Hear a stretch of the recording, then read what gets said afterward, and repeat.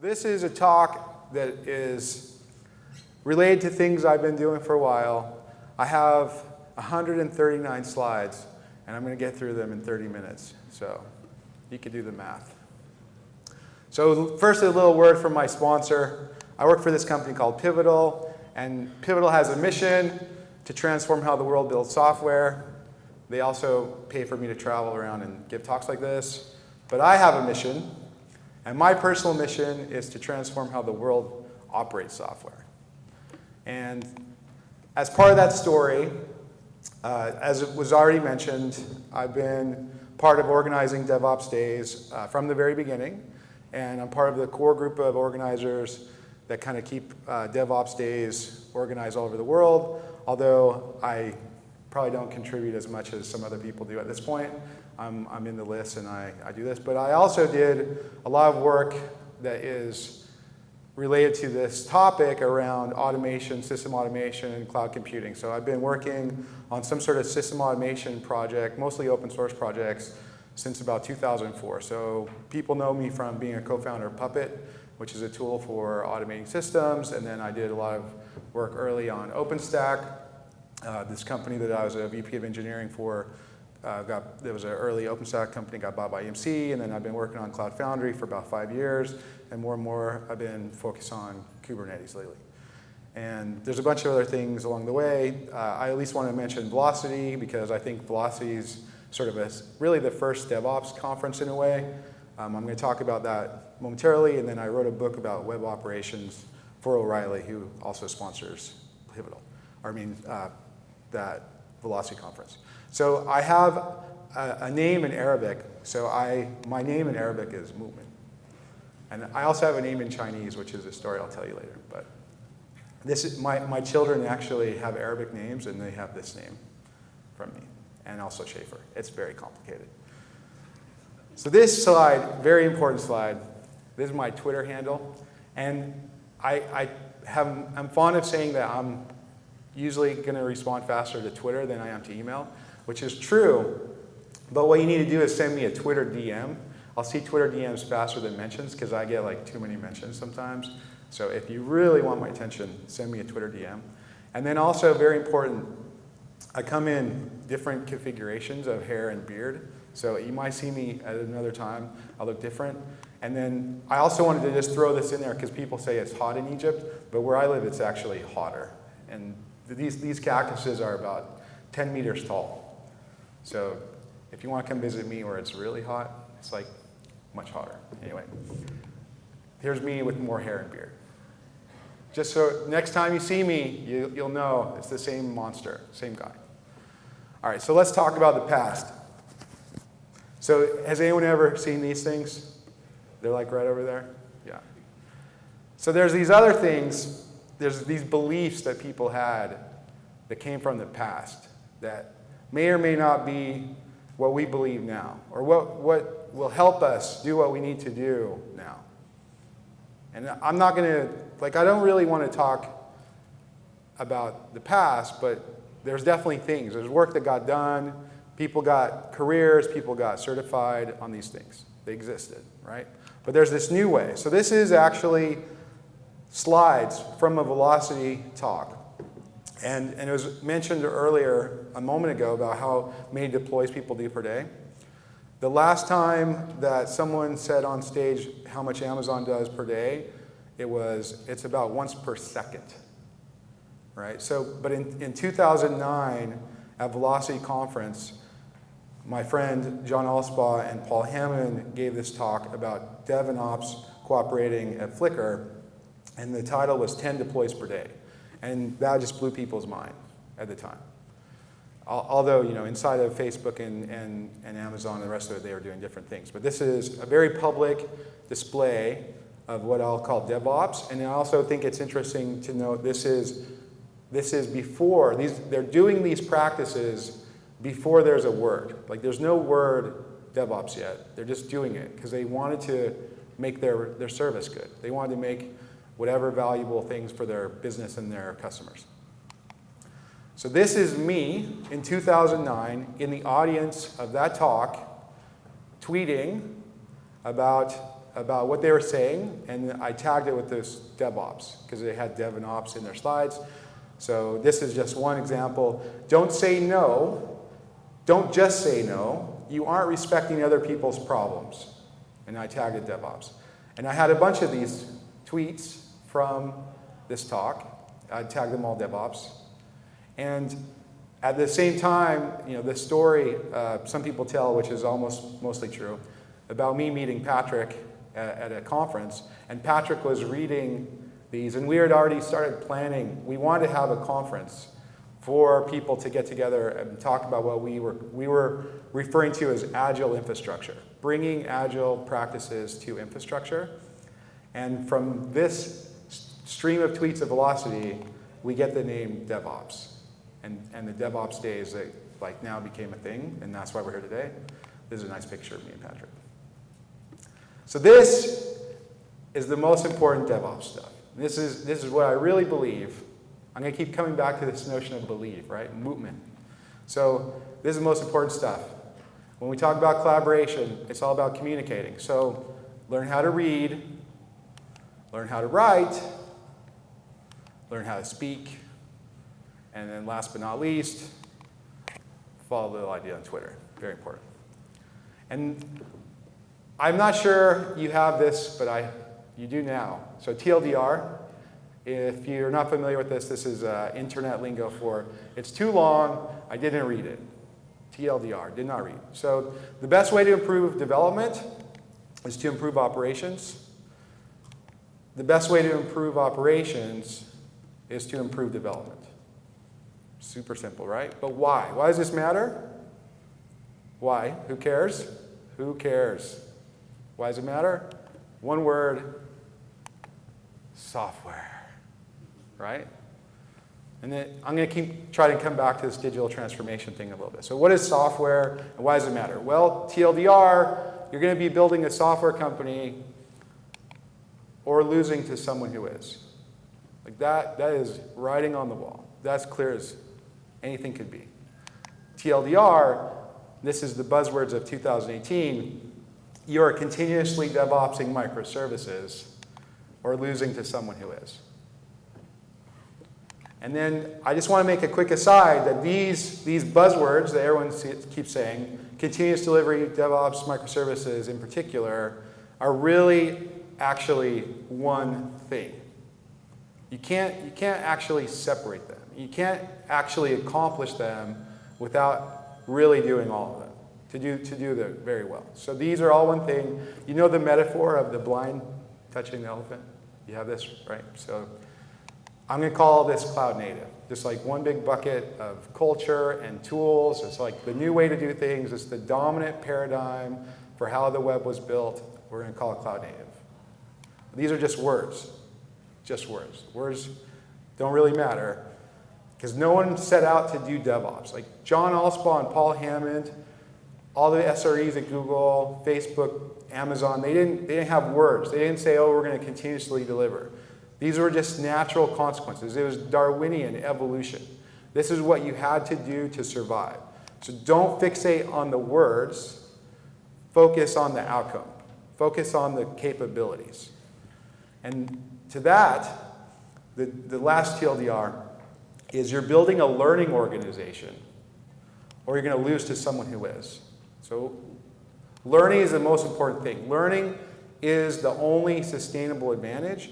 And it's very, very important to understand learning is not about collecting words. It's not about collecting techniques. It's about changing behaviors. Because there's no digital transformation without people transformation.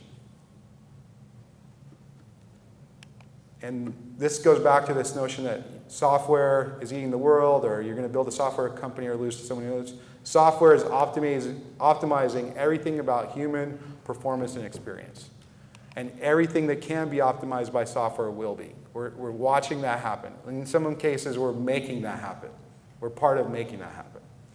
So with that in mind, and this notion that I'm here to help transform how people do operations, the secret is operations, okay? So that's not always true, especially in traditional operations. So this is This is something that was mentioned in the previous talk as well, is this notion of traditional IT and this wall of confusion. So I'm going to talk a little bit about that. I also am going to define DevOps by the end. And you don't have to use my definition, but I have what I like. So traditional IT, you have developers and you have operations. This is how a lot of people worked. They worked like this for a long time. And for whatever reason, people decided we got to have these strong silos and they're not supposed to talk to each other and separation of responsibilities and all this stuff. And so what we're going to do is we're going to put a wall of confusion between them. And that wall of confusion is a ticket system where you don't communicate to other human beings as human beings. You pass tickets back and forth. And that makes people unhappy and in some cases worse, right? So you get this kind of behavior, right?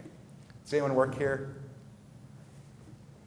So the problem is that these are actually set up as diametrically opposed forces because you're incentivizing one group of people to destabilize the systems and you're incentivizing one group of people to stabilize the systems. In the worst cases, you've actually put that into the way they're compensated and paid. And if they're not connecting themselves to a higher mission where they're both seeing themselves as the same team, then of course they're going to do things against each other because they're trying to make their lives, their own local lives better, and they're not connecting to a higher mission, and they're incentivized to do the wrong thing. So this notion of operations as a secret sauce is not something that I started saying. It's actually first said or first written with this title in a blog post from Jesse Robbins. And Jesse Robbins, at the time that he wrote this, was working as the master of disaster, running operations at Amazon in Seattle. So has anyone ever heard of Amazon? It's a little bookstore in Seattle. They sell books, right? And this graph in the blog post, which you can still go read, is dated 2007, so it's over 10 years ago. And what he's arguing is on the left side, the traditional operations, there's a lot more work. So everything that's represented as color is humans doing work. And on the right side, the new way, the new operations as a secret sauce way, and this is the rise of DevOps and kind of Puppet. It's not a word yet, but this is Puppet's the thing that people are using. There's a lot less work. There's a lot less toil, right? And so let's think about this. So this is a quote from, at the same time, this is a 2006 interview with Werner Vogel. So he's the CTO of Amazon. I'll just read this out loud. The traditional model is that you take your software to the wall that separates development and operations and throw it over and then forget about it. Not at Amazon. You build it, you run it. This brings developers into contact with the day-to-day operation of their software. It also brings them into day-to-day contact with the customer. The customer feedback loop is essential for improving the quality of the service. So this is key, and I think there's so many things to pick apart here, but one is that the developers have an operational responsibility, right? And the other is there's this feedback loop with the mission, right? The mission at Amazon is all about the customers, right? So if you don't have a feedback loop to that customer as a developer, how are you going to make good decisions? If you don't have a feedback loop to when an outage gets created by the code that you wrote, why are you going to make better decisions as a developer? So it's really about these feedback loops. And it's also, I don't know, it's interesting because you watch people and they want to do cloud and they want to get better at this stuff, but they think about the technology too much and they don't think about the way that this organization was set up to produce those results, right? So it's one thing to copy tech, try to copy the organization. Try to copy the thing that made the thing, right? This I'm stealing from one of my friends at Google Cloud. This is a slide that she had, and I just stole it because it's good research, and she's referencing these academic papers. But basically, the argument is, and I think it's easy to prove if you think about it for 2 seconds, that the long-term cost of software is dominated by maintenance and operations. That if it costs you any amount to operate a service, then over time, that will accumulate and dwarf the cost of creating it, right? That's very simple math. And this is arguing that it's 40 to 90% of the total costs are incurred after launch. So it's in our best interest to drive down the operational burden, drive down the operational cost if we want to be capital efficient. And all the big web cloud natives do this. So this is my definition of DevOps from 2010. So I wrote a blog post. There's a number of people who wrote blog posts. This one was mine, and I believe this has held up pretty well. So this is 2010, Andrew Shafer writing blog posts. These are the key to DevOps to me at the time. So it's developers and operations working together. They can and should work together. And that seemed maybe controversial. Hopefully it's not controversial today, but it is what it is. And then this is another point that I think is key. So system administration is evolving to look more like software development. This is 2010. So in 2010, I can write an API to provision machines on Amazon. I can write an API against Puppet to configure machines. I can write APIs against my monitoring. I can write a bunch of code against all these things that used to be considered operational work. So that looks suspiciously like software development.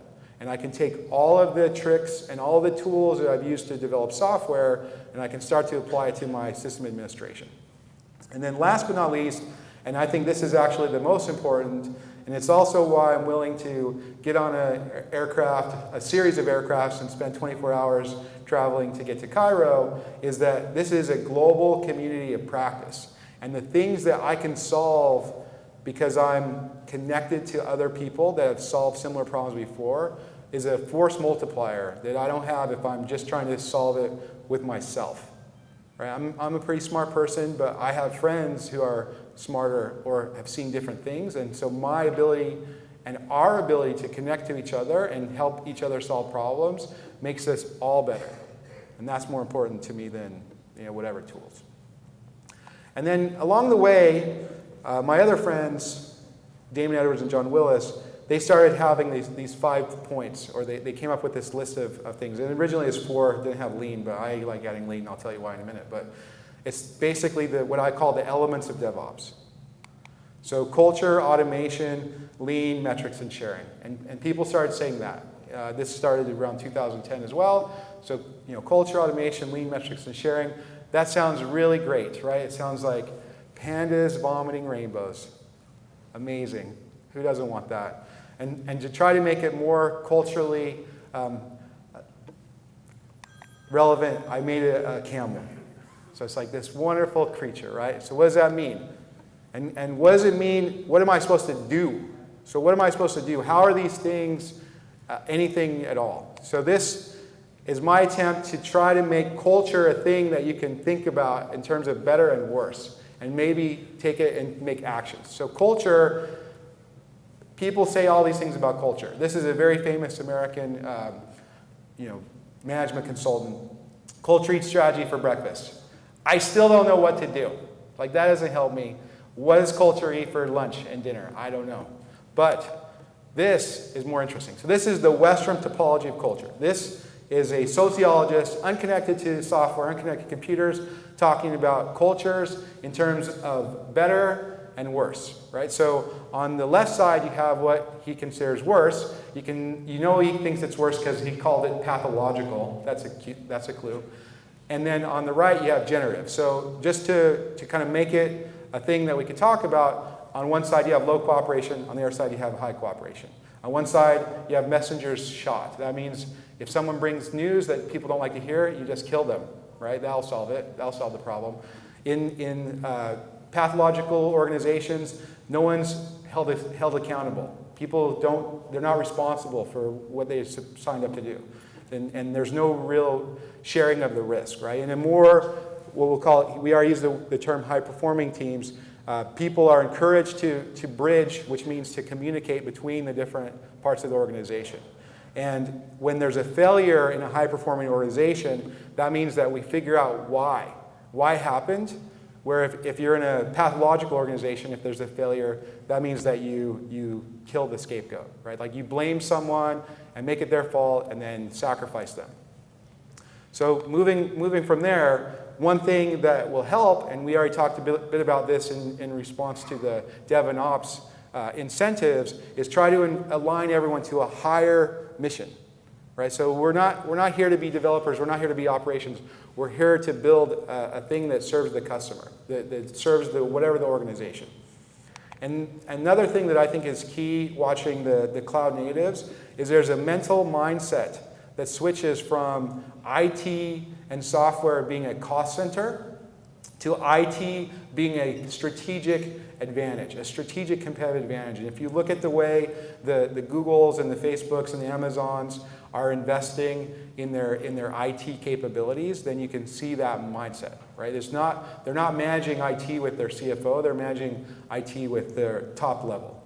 So let's move on to the next one. So what I'm going to do is I'm going to try to make a spectrum for each of these 5 elements. So automation, but then you also have to add architecture. So people used to say automate is the thing, but actually to me, after learning this the hard way, I think architecture is actually just as important. And I'll tell you why. So I used to say this, I had my favorite tool, Puppet or whatever, and I'd say automate all the things, and then I'd build things like this, or I'd find things like this. Does this look like automation? It does, sort of, right? Like you do a thing and then something happens and something else happens. Did anyone ever build something like this? So this is not automation because there's still a person, has to do a lot of work, has to do some work. This is automation.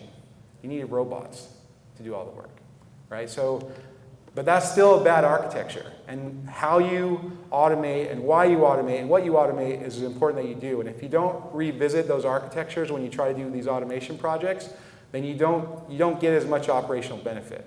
You don't get the new paradigm of being able to recover and the rest of it. Because what happens is you put these things in a container and then you just let a scheduler put them all over the place. But they're still going to fail. They're still going to do all the other things. So this is the lesson I learned from playing Tetris. If it's the errors that pile up and the accomplishments disappear, right? That's how it works. So this is just a metaphor, but it's a chance when you get a project to do automation, you're going to move to whatever the tool is, Kubernetes, what have you. Then don't just think about whatever we have, we're just going to put it into this tool. Think about why that thing exists and what we can get from revisiting it. Because sometimes a little bit of work then will pay huge dividends for the work that you have to do later. So I think some of you are going to go through this. You've either gone through this already or you're about to. So just for the sake of having this spectrum, on one side I have what I consider the worst, and on the other side I have what I consider better. So in the world of traditional system administration, there's a lot of hard work. There's architectures that fail catastrophically, and we get really focused on trying to minimize the number of incidents. So we don't want to have any outages, so we're not going to touch anything, because if we do, it might break, and so we're just going to not have incidents, right? And this is this mindset about we want to minimize incidents. But as you get better, you stop worrying about minimizing incidents, and you get focused on minimizing the time to recover. So MTTR means minimum time to recover, and maybe you got some tools and some effort, but in the highest performing organizations, it's actually past that. You get to the point where everything is partially failing all the time. At a certain scale, the chance that something's failing is 100%. And so you're building these systems that can have their self-healing and their directed architectures that can be recovered in a certain way, very predictable way, and they're partially failing all the time with zero service level disruption. That's the goal, right? And then you get to the point where you're actually injecting faults into them. So there's a bunch of people doing interesting stuff around chaos engineering, the chaos monkey, and this stuff where you actually put faults into the system. This is better than having a bunch of work. All right, so we're going to go to the next one. So this is from a Google paper about the container scheduler they built that runs all of Google called Borg. And what it says is every task run under Borg contains a built-in HTTP server that publishes information about the health of the task and thousands of performance metrics. And the reason I put this here is because everyone gets focused on containers and schedulers and all that stuff's cool, but this is solid gold. And I guarantee you, if you put these kinds of things into your apps, the observability discussion, if your apps will tell you when they're healthy, you'll get more operational benefit from that than you will from whatever container scheduler that you want to choose. So that brings us to metrics. So this is the service reliability hierarchy straight from the SRE book. So this is Google's explanation of reliability, and they say the foundation of all reliability is monitoring. Right? So I'm not going to argue with Google. I mean, I will argue with Google, but not on this point. So what I'm trying to get everyone in all DevOps communities everywhere to adopt is this language around service level objectives, because I think it's solid gold, and basically solves that alignment of incentives between dev and ops in a way that is dispassionate and totally numerical. And I'm going to give you a homework assignment. So this is, you can read this book for free online, I'll tell you in a second. Everyone with any desire to do better at this should read these 3 chapters from the SRE book. So this is the Embracing Risk, Service Level Objectives, and Eliminating Toil book from the Site Reliability Engineering book, which you can read for free. So if you just look up SRE book, this is a website that Google has put there, available for free. There's now a SRE workbook that is also available. It's not free. It was free. It'll probably be free again in a while, but O'Reilly wants to make a little money off it, I think. I wrote a foreword for the new book, the SRE workbook. It's also great, and it's trying to take the SRE principles and make them a little more actionable. So this is Google's implementation of DevOps. I think everyone should read it. It doesn't necessarily make these all broke down exactly like this, but if you're thinking about it this way, you'll see all these things represented in that book. And then this is my advice to everyone. Good DevOps copy, great DevOps steel, right? And that's a reference to Steve Jobs. All right, so what are your objectives and how do you know you're meeting them? Next time I come to Cairo, hopefully we can have a great discussion about service level objectives, and you know how to do that, which is foundational to monitoring. So you probably have a lot of work to do to get the SLIs that you need to make your SLOs, but this is key, and you have homework, you can go figure it out. So in the spirit of having these elements, on one side you have unmonitored, on the other side you have insightful. So in the high-performing organizations, they build in the health metrics into their applications. In what I'll call the low-performing or lower-performing, there's actually very little insight, right? And you don't have even aggregation, and you have to SSH into every box and run tail minus F on your screens and like watch the logs, and that's not awesome. So now sharing. So we're going to do the same sort of exercise. So to me, it's very important to think about this as a global community of practice.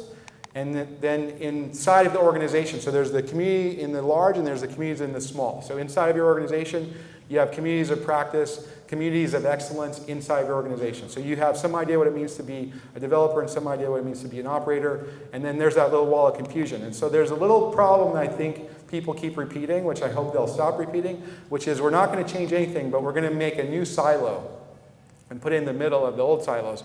And now we have 2 walls. Don't do that. I hope you won't do that. Please don't do that. What you want to do is you want to recognize that each of these are communities of practice. They each have a notion of excellence at their own skill, and then you want to align them inside of your organization into what I call a community of interest. So they all have this higher mission, and they're connected as a community inside your organization to build those services to deliver that value.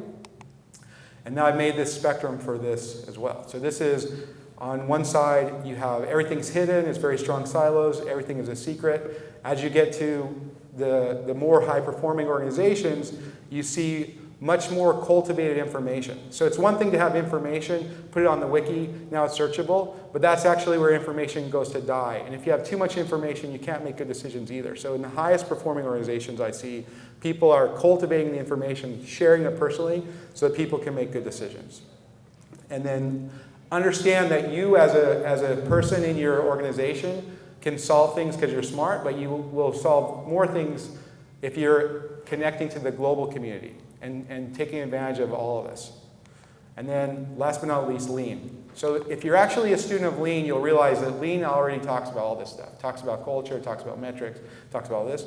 But the thing that I like to add from lean is this notion of continuous improvement and always getting better. And just to be consistent, I made 3 of them for this spectrum too. So lean, on some level, you have organizations that are complacent. As you get better, then you're motivated. But in the highest performing organizations, people are inspired. And also because calms sounds way better than cams in English. So, shrug. So this is the five things and how they connect together, or some notion of how they connect together. This is not important. It's basically just all of them on one slide.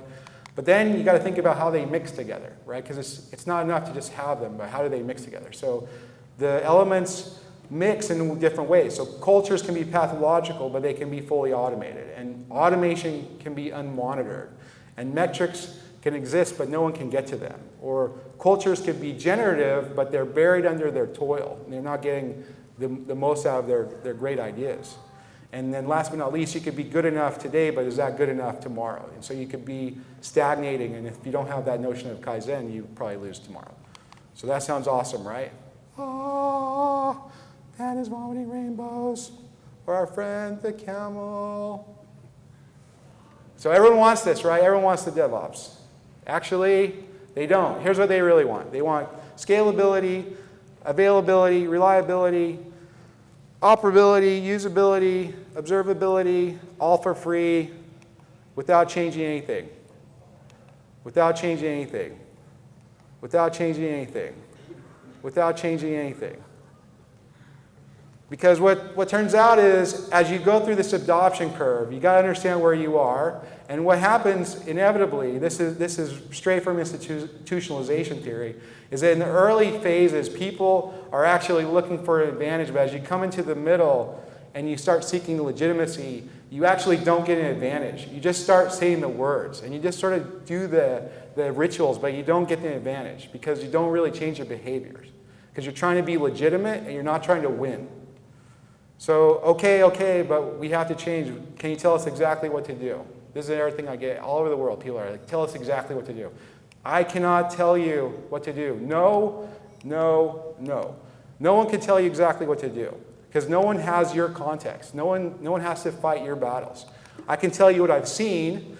I can tell you what I believe, but I can't believe for you, right? And there's another problem, which is these things are just going to crash on each other. Right? If you look at what's happening in this space around tools, there's wave after wave after wave of innovation. Right? This is not going to slow down. If you just try to follow the CNCF projects every month, it's totally overwhelming. Right? So you got to be able to understand and sort of pick which waves you're going to get on.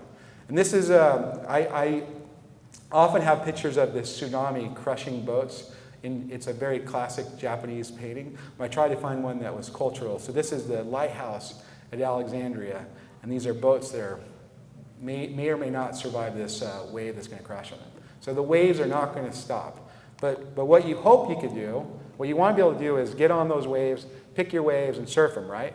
But no one can tell you how to surf either. Has anyone ever tried to surf? No one can tell you how to do it. You have to feel it. You have to feel it, and you have to be willing and able to fall. You can't just decide to surf and then surf. You have to get in the water and you have to fall. And the desire to surf must overcome the fear of falling. And here's a little warning. Surfing is hard. It's also another warning, software is hard too, right?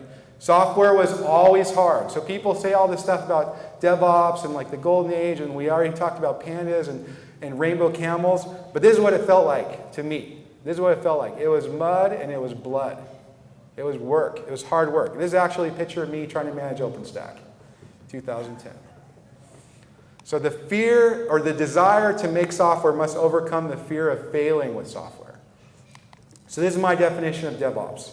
Optimizing human performance and experience operating software. With software and humans. So you gotta use all these things together because it's one system. So are you doing DevOps? I don't actually care. Who cares? Do you have joy? Do you have ease? Do you have love? And then last but not least, do you have results? So software is hard, I warned you, but humans are actually harder. Because the problem is you got humans that are terrible and humans that are awesome. Right? We're kind of against each other. But here's my guess. You are probably a human. And humans can learn. And you haven't changed, or you haven't learned until you change your behavior. Right? So this is easy to demonstrate if you're talking about a game like chess or playing new music. But I think it's harder for us to recognize when we're talking about some of the things, especially in organizations. This is a very famous quote from a person. I don't have time to learn new things because I'm too busy getting things done. This is from the least productive person in the world. Right? So, big finish. Here we go. Saying DevOps won't fix your pathological culture. Saying the word DevOps doesn't fill in a lack of vision. Saying DevOps doesn't align incentives and interests. Software is creative. Software is complex. Software is not digging ditches. Software is not running factories. Software is closer to art than science. New behaviors are more important than new words. The principles are more important than the practices, are more important than the tools. The mindset is more important than the skill set, is more important than the tool set. Adapting is more important than adopting. So don't try to implement DevOps. Try to win. Try to think about your context and get an advantage. Why is more important than what. This is the best method for delivering value in any organization, in any activity. Smart, motivated people working together. It's the best methodology. So this is my call to action. Be smart, be motivated, work together, change your behavior, change your behavior, change your behavior. The past was already built.